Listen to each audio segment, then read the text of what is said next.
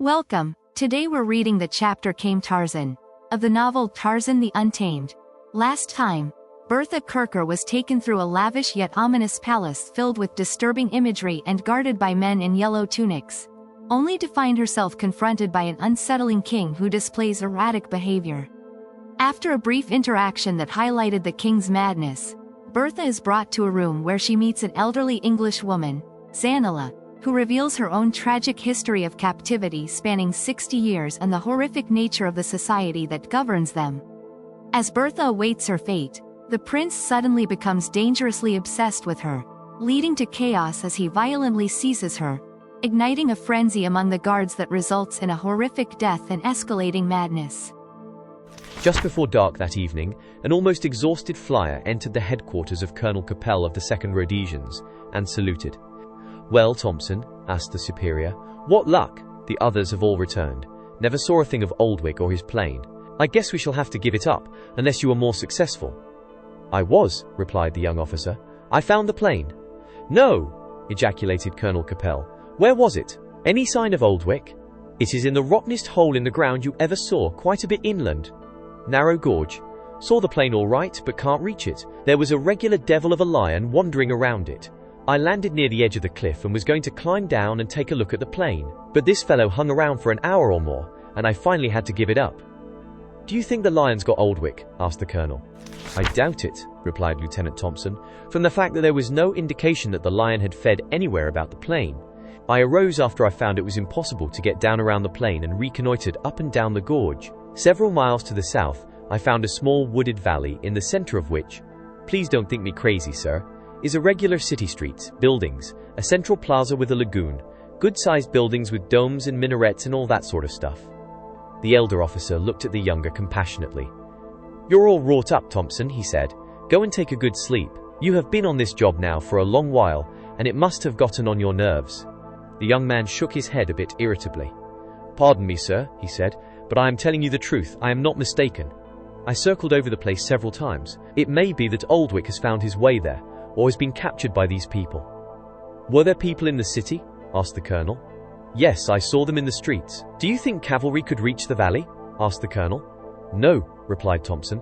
"The country is all cut up with these deep gorges. Even infantry would have a devil of a time of it, and there is absolutely no water that I could discover for at least a 2-day march." It was at this juncture that a big Vauxhall drew up in front of the headquarters of the 2nd Rhodesians, and a moment later, General Smuts alighted and entered. Colonel Capell arose from his chair and saluted his superior, and the young lieutenant saluted and stood at attention. "I was passing," said the general, "and I thought I would stop for a chat. By the way, how is the search for Lieutenant Smith Oldwick progressing? I see Thompson here, and I believe he was one of those detailed to the search." "Yes," said Capell, "he was. He is the last to come in. He found the lieutenant's ship." And then he repeated what Lieutenant Thompson had reported to him. The general sat down at the table with Colonel Capell, and together the two officers, with the assistance of the flyer, marked the approximate location of the city, which Thompson had reported he'd discovered.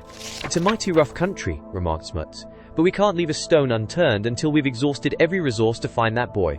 We will send out a small force. A small one will be more likely to succeed than a large one. About 1 company, Colonel, or say 2, with sufficient motor lorries for transport of rations and water. Put a good man in command, and let him establish a base as far to the west as the motors can travel. You can leave 1 company there, and send the other forward.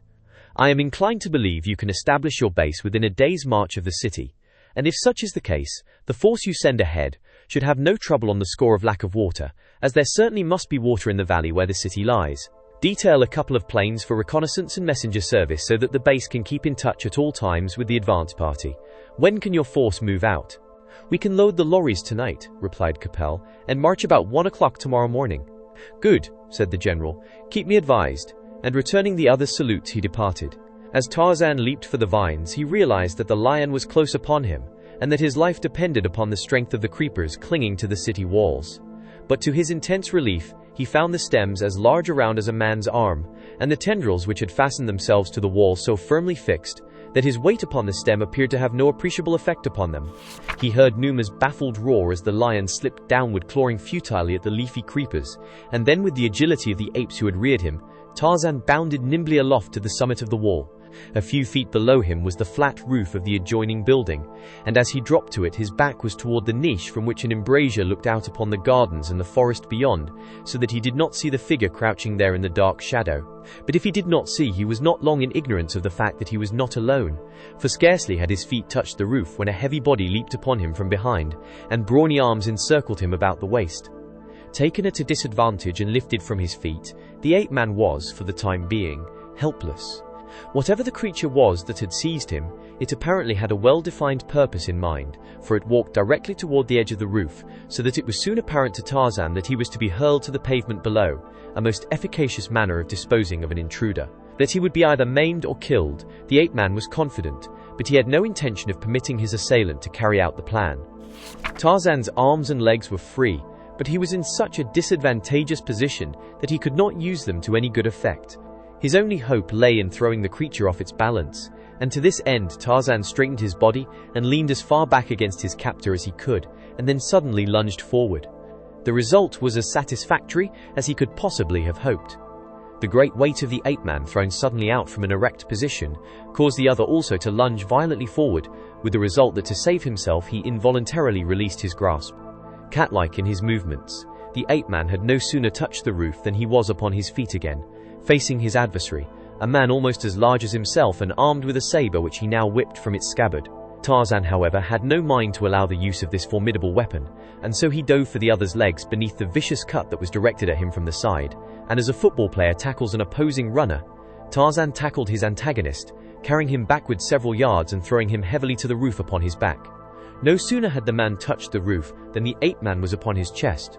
One brawny hand sought and found the sword wrist, and the other the throat of the yellow-tunicked guardsman. Until then the fellow had fought in silence, but just as Tarzan's fingers touched his throat, he emitted a single piercing shriek that the brown fingers cut off almost instantly. The fellow struggled to escape the clutch of the naked creature upon his breast, but equally as well might he have fought to escape the talons of Numa, the lion. Gradually his struggles lessened. His pinpoint eyes popped from their sockets, rolling horribly upward, while from his foam-flecked lips his swollen tongue protruded. As his struggles ceased, Tarzan arose, and placing a foot upon the carcass of his kill, was upon the point of screaming forth his victory cry, when the thought that the work before him required the utmost caution sealed his lips. Walking to the edge of the roof, he looked down into the narrow, winding street below. At intervals, apparently at each street intersection, an oil flare sputtered dimly from brackets set in the walls a trifle higher than a man's head. For the most part, the winding alleys were in dense shadow, and even in the immediate vicinity of the flares, the illumination was far from brilliant. In the restricted area of his vision, he could see that there were still a few of the strange inhabitants moving about the narrow thoroughfares.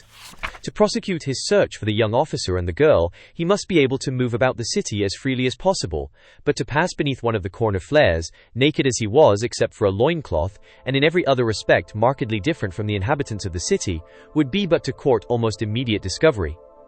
As these thoughts flashed through his mind and he cast about for some feasible plan of action, his eyes fell upon the corpse upon the roof near him, and immediately there occurred to him the possibility of disguising himself in the raiment of his conquered adversary. It required but a few moments for the ape-man to clothe himself in the tights, sandals, and parrot-emblazoned yellow tunic of the dead soldier. Around his waist he buckled the saber belt, but beneath the tunic he retained the hunting knife of his dead father. His other weapons he could not lightly discard, and so, in the hope that he might eventually recover them, he carried them to the edge of the wall and dropped them among the foliage at its base. At the last moment he found it difficult to part with his rope, which, with his knife, was his most accustomed weapon, and one which he had used for the greatest length of time. He found that by removing the saber belt he could wind the rope about his waist beneath his tunic, and then replacing the belt still retain it entirely concealed from chance observation. At last, satisfactorily disguised, and with even his shock of black hair adding to the verisimilitude of his likeness to the natives of the city, he sought for some means of reaching the street below. While he might have risked a drop from the eaves of the roof, he feared to do so lest he attract the attention of passers-by, and probable discovery. The roofs of the buildings varied in height, but as the ceilings were all low, he found that he could easily travel along the rooftops, and this he did for some little distance, until he suddenly discovered just ahead of him several figures reclining upon the roof of a nearby building. He had noticed openings in each roof, evidently giving ingress to the apartments below, and now, his advance cut off by those ahead of him, he decided to risk the chance of reaching the street through the interior of one of the buildings. Approaching one of the openings, he leaned over the black hole and listened for sounds of life in the apartment below. Neither his ears nor his nose registered evidence of the presence of any living creature in the immediate vicinity, and so without further hesitation the ape-man lowered his body through the aperture and was about to drop when his foot came in contact with the rung of a ladder, which he immediately took advantage of to descend to the floor of the room below. Here, all was almost total darkness until his eyes became accustomed to the interior, the darkness of which was slightly alleviated by the reflected light from a distant street flare, which shone intermittently through the narrow windows fronting the thoroughfare. Finally, assured that the apartment was unoccupied, Tarzan sought for a stairway to the ground floor. This he found in a dark hallway upon which the room opened, a flight of narrow stone steps leading downward toward the street. Chance favored him so that he reached the shadows of the arcade without encountering any of the inmates of the house. Once on the street, he was not at a loss as to the direction in which he wished to go, for he had tracked the two Europeans practically to the gate, which he felt assured must have given them entry to the city. His keen sense of direction and location made it possible for him to judge with considerable accuracy the point within the city where he might hope to pick up the spoor of those whom he sought. The first need, however, was to discover a street paralleling the northern wall along which he could make his way in the direction of the gate he had seen from the forest. Realizing that his greatest hope of success lay in the boldness of his operations, he moved off in the direction of the nearest street flare without making any other attempt at concealment than keeping in the shadows of the arcade, which he judged would draw no particular attention to him in that he saw other pedestrians doing likewise. The few he passed gave him no heed, and he had almost reached the nearest intersection when he saw several men wearing yellow tunics identical to that which he had taken from his prisoner.